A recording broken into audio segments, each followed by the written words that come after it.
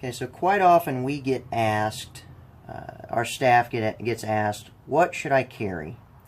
And there's a lot of different answers, but by and large, for the majority of people, a subcompact pistol like the Smith & Wesson Shield or of similar size is normally what we recommend. So far, the Smith & Wesson Shield 9mm and the 45, the Shield 45, are two of arguably the best micro size pistols available on the market for concealed carry. Very comfortable to hold in your hand, very easily controlled recoil, nice crisp trigger. Just good ergonomics. They really, Smith & Wesson, I got to give it to them. They did a great job on the Shield platform, and they've done great jobs on other platforms as well. What I particularly carry, after seeing about 50 or so students come through our courses with the Shield 9mm and be successful, be able to easily manipulate the guns, place shots effectively, and eventually quickly with accuracy and precision, I decided to give it a shot, and I put my Glock 26 on the shelf and started carrying a Shield. And I got to be honest, right out of the box, I saw an immediate improvement in accuracy and precision. So to take it further, I said, okay, well, I'm making a sacrifice now with my magazine capacity, because I went from a 10-round magazine to a 7-round magazine. So I definitely wanted to carry a spare magazine, especially, you know, with today's day and age, you normally are facing multiple aggressors instead of just one. And I want to try to have at least around 15 or 20 rounds on me, if possible, or close to that. So I decided to carry a spare magazine. Well, I didn't like carrying a spare magazine on my hip, because it's not all that comfortable, even in an IWB setup.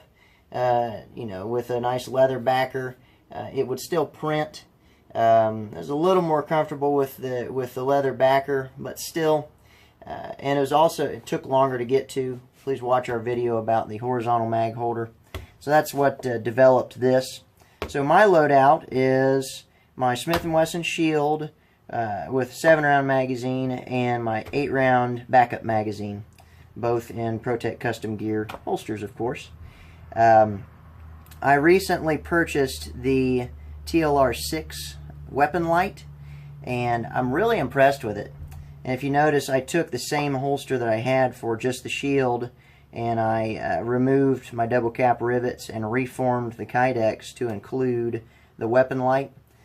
If you're one of our previous customers and you're carrying a Shield and you recently bought one of these TLR6s, you can send us your holster and we'll refit it for you for your TLR6 for a very reasonable price, probably $5-10 bucks.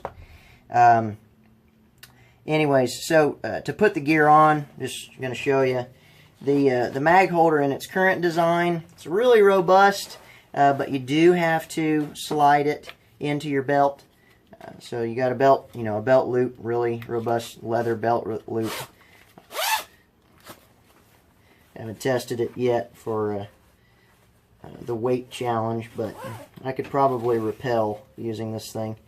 It's that well attached, as long as my belt doesn't break. And this is a pretty good belt, made by Spec Ops brand if you're looking for a good belt.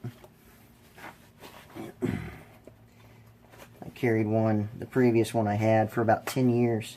So that's about how long it takes me to put my gear on. If I'm carrying or if I'm going into a place where I can't carry, just pop my gun and my magazine out and stick them in the console of the truck and go in and just leave my holsters on. And then hop back in the truck and re-holster my gun and magazine. Alright, so let's step outside real quick and test the light.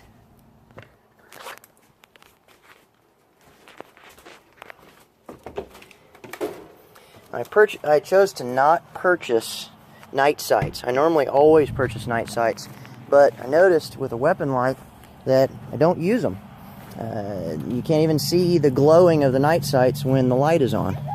Hey, Maddie. Okay, to pick up where we left off with the review of the TLR6 weapon light that I've recently purchased. It's got 3 modes. I'm standing about 12 yards away from the side of my house. It's got a standard flashlight mode, 100 lumens. If you double tap both buttons, it changes to laser. If you double tap them again, both buttons, you get light and laser. See the laser dot? Rather bright, but as I was saying in the previous video, I no longer need night sights, because with the night sights and the weapon light, I can't see the night sights anyways. They don't glow, or they don't glow much, and I don't need them because it backlights. As you can see, I can see my sights perfectly. If I need to take a precise shot, take the time to actually look through the sights and not point shoot for a close range shot at a large enough target. So I saved myself the $100 and decided to forego the night sights. Now I prefer a weapon light for a few reasons. Now I can hold my gun in both hands.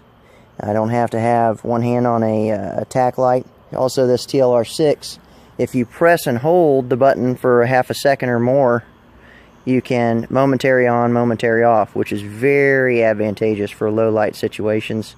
Because if you just keep your light on all the time, the bad guys can see right where you're at.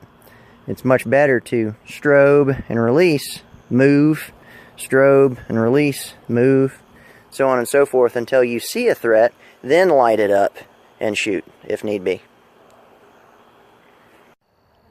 Okay, to prove what I said about the night sights earlier, I brought my home defense pistol out. It's a Glock 34 with a high cap magazine and a TLR-1S.